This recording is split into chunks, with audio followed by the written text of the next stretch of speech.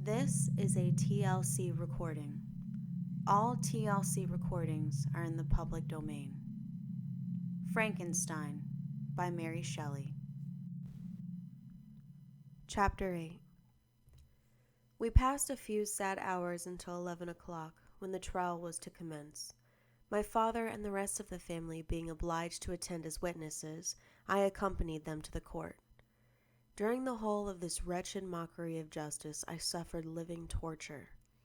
It was to be decided whether the result of my curiosity and lawless devices would cause the death of two of my fellow beings, one a smiling babe full of innocence and joy, the other far more dreadfully murdered, with every aggravation of infamy that could make the murder memorable in horror. Justine was also a girl of merit and possessed qualities which promised to render her happy life. Now all was to be obliterated in an ignominious wet grave, and I the cause. 1,000 times rather would I have confessed myself guilty of the crime ascribed to Justine, but I was absent when it was committed, and such a declaration would have been considered as the ravings of a madman, and would not have exculpated her who suffered through me. The appearance of Justine was calm. She was dressed in mourning, and her countenance, always engaging, was rendered, by the solemnity of her feelings, exquisitely beautiful. Yet she appeared confident in innocence, and did not tremble, although gazed on and execrated by thousands, for all the kindness which her beauty might otherwise have excited was obliterated in the minds of the spectators by the imagination of the enormity she was supposed to have committed. She was tranquil, yet her tranquillity was evidently constrained, and as her confusion had before been adduced as a proof of her guilt, she worked up her mind to an appearance of courage. When she entered the court, she threw her eyes round it and quickly discovered where we were seated. A tear seemed to dim her eye when she saw us, but she quickly recovered herself, and a look of sorrowful affection seemed to attest her utter guiltlessness. The trial began, and after the advocate against her had stated the charge, several witnesses were called. Several strange facts combined against her, which might have staggered anyone who had not such proof of her innocence as I had. She had been out the whole of the night on which the murder had been committed, and towards morning had been perceived by a market woman not far from the spot where the body of the murdered child had been afterwards found. The woman asked her what she did there, and she looked very strangely and only returned a confused and unintelligible answer. She returned to the house about 8 o'clock, and when one inquired where she had passed the night, she replied that she had been looking for the child, and demanded earnestly if anything had been heard concerning him. When shown the body, she fell into violent hysterics, and kept her bed for several days. The picture was then produced, which the servant had found in her pocket, and when Elizabeth, in a faltering voice, proved that it was the same which, an hour before, the child had been missed, she had placed round his neck, a murmur of horror and indignation filled the court. Justine was called on for her defense. As the trial had proceeded, her countenance had altered. Surprise, horror, and misery were strongly expressed. Sometimes she struggled with her tears, but when she was desired to plead, she collected her powers and spoke in an audible although variable voice. "God knows," she said, "how entirely I am innocent, but I do not pretend that my protestations should acquit me. I rest my innocence on a plain and simple explanation of the facts which have been adduced against me, and I hope the character I have always borne will incline my judges to a favorable interpretation where any circumstance appears doubtful or suspicious." She then related that, by the permission of Elizabeth, she had passed the evening of the night on which the murder had been committed at the house of an aunt at Sheen, a village situated at about a league from Geneva. On her return, at about 9 o'clock, She met a man who asked her if she had seen anything of the child who was lost. She was alarmed by this account and passed several hours in looking for him when the gates of Geneva were shut, and she was forced to remain several hours of the night in a barn belonging to a cottage, being unwilling to call up the inhabitants, to whom she was well known. Most of the night she spent here watching. Towards morning she believed that she slept for a few minutes. Some steps disturbed her, and she awoke. It was dawn, and she quitted her asylum, that she might again endeavor to find my brother. If she had gone near the spot where his body lay, it was without her knowledge. That she had been bewildered when questioned by the market woman was not surprising, since she had passed a sleepless night, and the fate of poor William was yet uncertain. Concerning the picture, she could give no account. "I know," continued the unhappy victim, "how heavily and fatally this one circumstance weighs against me, but I have no power of explaining it. And when I have expressed my utter ignorance, I am only left to conjecture the probabilities by which it might have been placed in my pocket. But here also I am checked. I believe that I have no enemy on earth, and none surely would have been so wicked as to destroy me wantonly. Did the murderer place it there? I know of no opportunity afforded him for doing so, or if I had, why should he have stolen the jewel, to part with it again so soon? I commit my case to the justice of my judges, yet I see no room for hope. I beg permission to have a few witnesses examined concerning my character, and if their testimony shall not overweigh my supposed guilt, I must be condemned, although I would pledge my salvation on my innocence." Several witnesses were called who had known her for many years, and they spoke well of her, but fear and hatred of the crime of which they supposed her guilty rendered them timorous and unwilling to come forward. Elizabeth saw even this last resource, her excellent dispositions and irreproachable conduct, about to fail the accused, when, although violently agitated, she desired permission to address the court. "I am," she said, "the cousin of the unhappy child who was murdered, or rather his sister, for I was educated by and have lived with his parents ever since, and even long before his birth. It may therefore be judged indecent in me to come forward on this occasion, but when I see a fellow creature about to perish through the cowardice of her pretended friends, I wish to be allowed to speak, and I may say what I know of her character. I am well acquainted with the accused. I have lived in the same house with her, at one time for 5 and at another for nearly 2 years. During all that period, she appeared to me most amiable and benevolent of human creatures.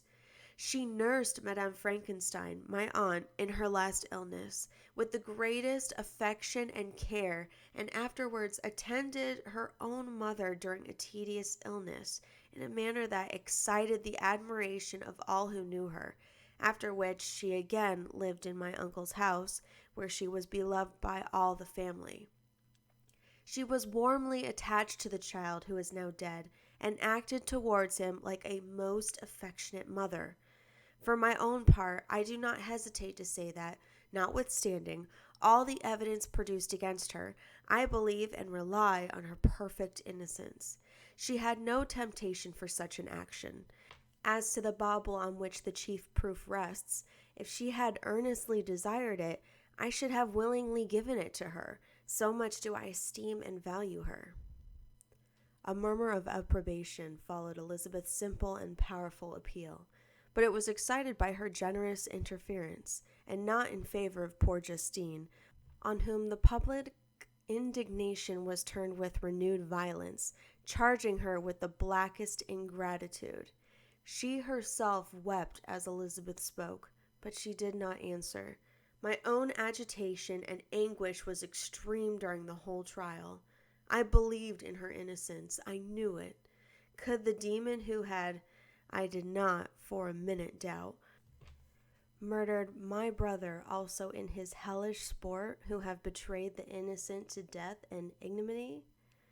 I could not sustain the horror of my situation, And when I perceived that the popular voice and the countenance of the judges had already condemned my unhappy victim, I rushed out of the court in agony. The tortures of the accused did not equal mine. She was sustained by innocence, but the fangs of remorse tore my bosom and would not forego their hold. I passed a night of unmingled wretchedness. In the morning I went to court. My lips and throat were parched. I dared not ask the fatal question, but I was known, and the officer guessed the cause of my visit. The ballots had been thrown. They were all black, and Justine was condemned. I cannot pretend to describe what I then felt.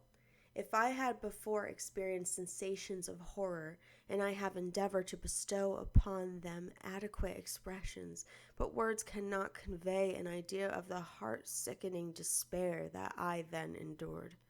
The person to whom I addressed myself added that Justine had already confessed her guilt.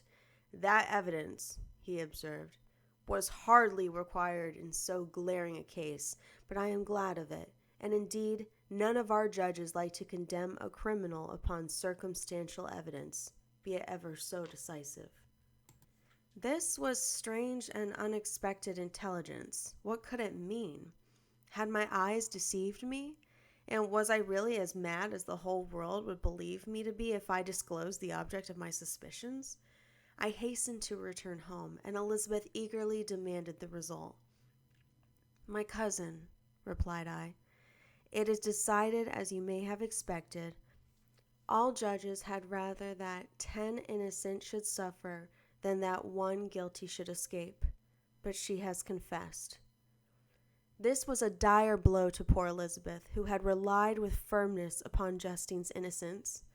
"Alas," said she, "how shall I ever again believe in human goodness? Justine, whom I loved and esteemed as my sister, how could she put on those smiles of innocence only to betray?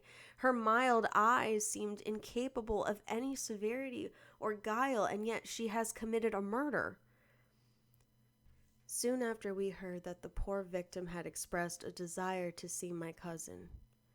My father wished her not to go, but said that he left it to her own judgment and feelings to decide.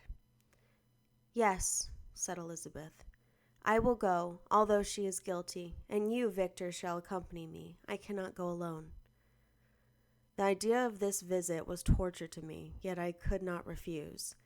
We entered the gloomy prison chamber and beheld Justine sitting on some straw at the farther end. Her hands were manacled, and her head rested on her knees. She rose on seeing us enter, and when we were left alone with her, she threw herself at the feet of Elizabeth, weeping bitterly. My cousin wept also. "Oh, Justine," she said, "why did you rob me of my last consolation? I relied on your innocence, and although I was then very wretched, I was not so miserable as I am now." "And do you believe that I am so very, very wicked? Do you also join with my enemies to crush me, to condemn me as a murderer?" Her voice was suffocated with sobs. "Rise, my poor girl," said Elizabeth. "Why do you kneel if you are innocent? I am not one of your enemies. I believed you guiltless, notwithstanding every evidence, until I heard that you had yourself declared your guilt. That report, you say, is false, and be assured, dear Justine, that nothing can shake my confidence in you for a moment but your own confession." "I did confess, but I confessed a lie. I confessed that I might obtain absolution, but now that falsehood lays heavier at my heart than all my other sins. The God of heaven forgive me. Ever since I was condemned, my confessor has besieged me. He threatened and menaced until I almost began to think that I was the monster that he said I was. He threatened excommunication and hellfire in my last moments if I continued obdurate. Dear lady, I had none to support me. All looked on me as a wretch doomed to ignominy and perdition. What could I do? In an evil hour I subscribed to a lie, and now only am I truly miserable." She paused, weeping, and then continued. I thought with horror, my sweet lady, that you should believe your Justine, whom your blessed aunt had so highly honored, and whom you loved, was a creature capable of a crime which none but the devil himself could have perpetrated. Dear William, dear blessed child, I soon shall see you again in heaven, where we shall all be happy, and that consoles me, going as I am to suffer ignominy and death. Oh, Justine, forgive me for having for one moment distrusted you. Why did you confess? But do not mourn, dear girl. Do not fear. I will proclaim, I will prove your innocence. I will melt the stony hearts of your enemies by my tears and prayers. You shall not die. You, my playfellow, my companion, my sister, perish on the scaffold. No, no, I never could survive so horrible misfortune. Justine shook her head mournfully. I do not fear to die, she said. That pang is past. God raises my weakness and gives me courage to endure the worst. I leave a sad and bitter world, and if you remember me and think of me as one unjustly condemned, I am resigned to the fate awaiting me. Learn from me, dear lady, to submit in patience to the will of heaven. During this conversation, I had retired to a corner of the prison room where I could conceal the horrid anguish that possessed me. Despair, who dared talk of that? The poor victim who on the morrow was to pass the awful boundary between life and death felt not, as I did, such deep and bitter agony. I gnashed my teeth and ground them together, uttering a groan that came from my inmost soul. Justine started. When she saw who it was, she approached me and said, Dear sir, you are very kind to visit me. You, I hope, do not believe that I am guilty. I could not answer. No, Justine, said Elizabeth. He is more convinced of your innocence than I was, for even when he heard that you had confessed, he did not credit it. I truly thank him in these last moments. I feel the sincerest gratitude towards those who think of me with kindness. How sweet is the affection of others to such a wretch as I am. It removes more than half my misfortune, and I feel as if I could die in peace now that my innocence is acknowledged by you, dear lady, and your cousin. Thus, the poor sufferer tried to comfort others and herself.